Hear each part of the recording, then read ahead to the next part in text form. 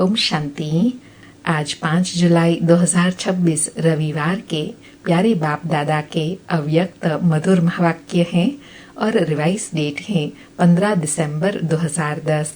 आज की मुरली के सार में शाहों के शाह बाबा ने विशेष स्मृति दिलाते कहा कि यह संगम की बाप दादा के सन्मुख बैठे हुए बेफिक्र बादशाहों की सभा है। बाबा कहे, जब आप सवेरे सवेरे उठते हो तो बेफिक्र स्थिति में स्थित होते हो। खाते पीते कर्म करते कोई भी फिक्र नहीं, सोते हैं तो भी बेफिक्र। ऐसे बादशाह और बेफिक्र, उठो सो बेफिक्र। तो बाबा कहे, ब्राह्मण जीवन में ऐसा अनुभव होता है। फिर बेफिक्र बादशाहों की पहचान बताई कि वह सदा फकुर में रहते हैं। और फकुर की निशानी कौन सी है कि आपके मस्तक में लाइट की चमक चमकती है। अगर फिक्र आ जाता है तो बोझ की टोकरी आ जाती है। तो बाबा कहे, बताओ आपको लाइट की चमक अच्छी लगती है व बोझ की टोकरी? तो बाबा कहे, बेफिक्र बादशाह स्वयं को भी प्रिय लगते और जो ऐसी स्थिति में उड़ते हैं तो उनकी चमकती हुई लाइट देख दूसरों को भी कितना प्यार आता है उन पर। इसलिए बाप दादा सदा बच्चों को बेफिक्र बादशाहों की स्थिति में देखना चाहते हैं। बाबा इस स्मृति स्वरूप में टिकाते हैं। कौन से स्मृति स्वरूप में? कि तुम बेफिक्र बादशाह हो। और डबल लाइट स्थिति के लिए पुरुषार्थ बताया कि बाप दादा सदा हर बच्चे को यही शिक्षा देते हैं। सदा मौज में रहना बहुत सहज है। क्यों सहज है? सिर्फ हद का मेरापन बाप को दे दो। बाबा कहे, मेरे से तेरा किया तो बेफिक्र बन गए। एक ही शब्द का अंतर, तेरा और मेरा, एक शब्द के अंतर से बेफिक्र बादशाह बन जाते हो। तो बाबा कहे, सहज हुआ ना? और साथ में कहा कि अगर कभी भी फकुर के बजाय फिक्र आता है तो अंतर सिर्फ तेरे के बजाय मेरा मानने से फिक्र आता है। तो बाबा कहे, सभी ने सब फिक्र बाबा को दे दिया ना, कोई फिक्र तो नहीं है। सदा फकुर में रहते हैं या बीच बीच में फिक्र आ जाता है। फिर बेफिक्र बनने की विधि बताई कि अपने संस्कारों से अगर फिक्र आता है तो उनको उसी समय मेरे के बजाय तेरे में चेंज कर दो। बाप को फिक्र दे दो और फकुर ले लो, क्योंकि बाप आया ही है बच्चों का फिक्र लेके फकुर देने। फिर पुरुषार्थ बताया कि वर्तमान समय के प्रमाण कभी भी कुछ भी हो सकता है और कभी भी हो सकता है। इसलिए हर एक बच्चे को अपने को यह अटेंशन देना है कि 1 सेकंड में बिंदी लगाने चाहो तो लग सकता है। इतना अभ्यास है। क्योंकि बाबा कहे, आने वाले समय में जो लक्ष्य है बाप के साथ चलेंगे। तो बाबा कहे, बाप तो सेकंड में चला जाएगा, क्योंकि बिंदी है और सेकंड भी बिंदु है और फुल स्टॉप भी बिंदु ही है। बाबा कहे, तो आपका भी इतना अभ्यास है फुल स्टॉप लगाने का। इसके लिए अब से इस अभ्यास के अभ्यासी होंगे तो बाप समान श्रीमत का हाथ में हाथ देते हुए अपने घर पहुंच जाएंगे। और साथ में यह पुरुषार्थ करने के लिए 2 बातों पर अंडरलाइन कराया। एक तो संकल्पों का खजाना और दूसरा समय का खजाना जमा करना है। बाबा कहे, वैसे तो तुम बच्चों को बहुत सारे खजाने मिले हैं, ज्ञान का खजाना, शक्तियों का खजाना और योग द्वारा जो भी मुख्य संपन्न बनने की युक्तियां हैं वह सब बाबा ने प्राप्त कराई है। तो बाबा कहे, संगम समय के 1 सेकंड का कनेक्शन अनेक जन्मों के साथ है। जमा करने का 1 वर्ष अनेक वर्षों की प्राप्ति का है। इसलिए इस संगम समय की बहुत वैल्यू है। बाबा कहे, संगम समय का सेकंड या मिनट नहीं लेकिन 1 घंटे से भी महान है। इसलिए समय और संकल्प की वैल्यू को जान पूरी प्राप्ति करनी है। और साथ में संकल्प शक्ति के लिए कहा कि संकल्प इस संगम के जन्म का विशेष आधार है। देखो, जो योग लगाते हो तो मन मना भव कहते हो और यह आधार है फाउंडेशन का। मन का काम है संकल्प करना। बाबा कहे, संकल्प द्वारा ही तो याद की यात्रा की अनुभूति करते हो।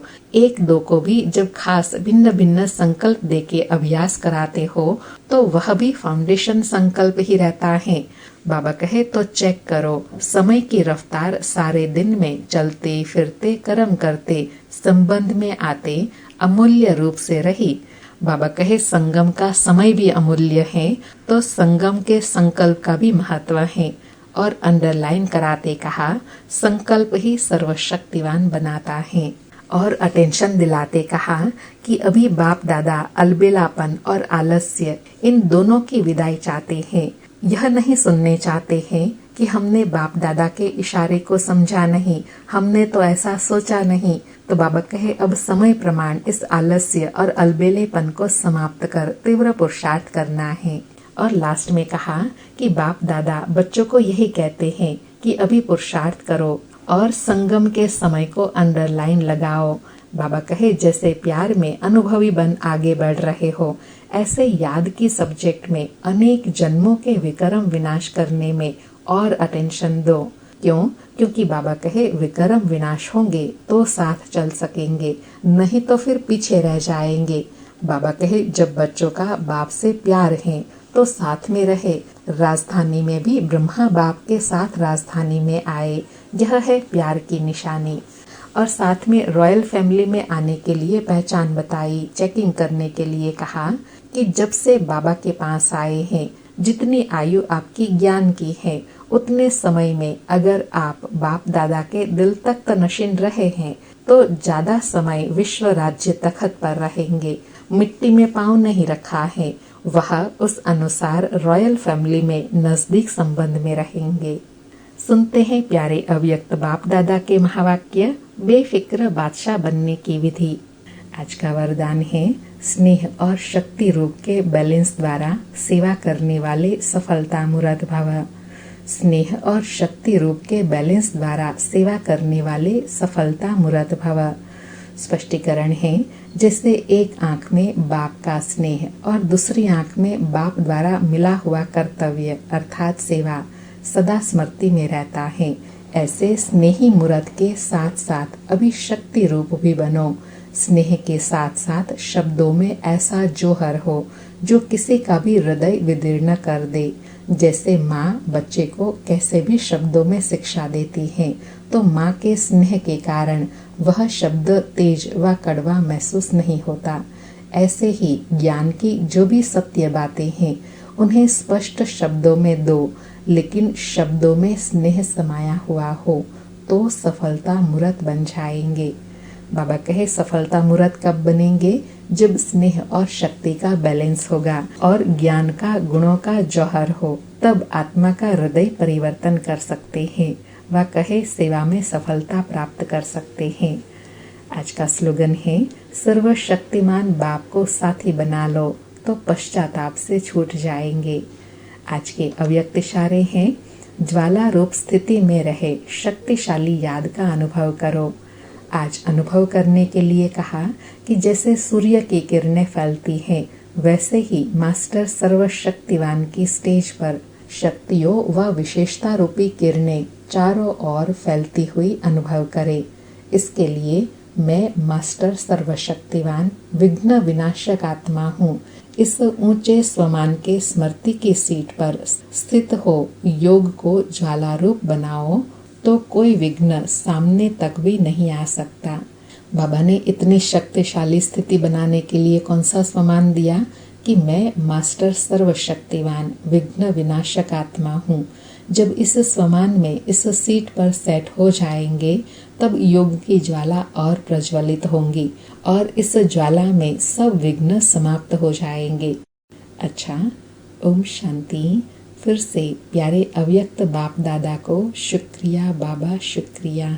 अव्यक्त पालना करने के लिए शुक्रिया बाबा, शुक्रिया।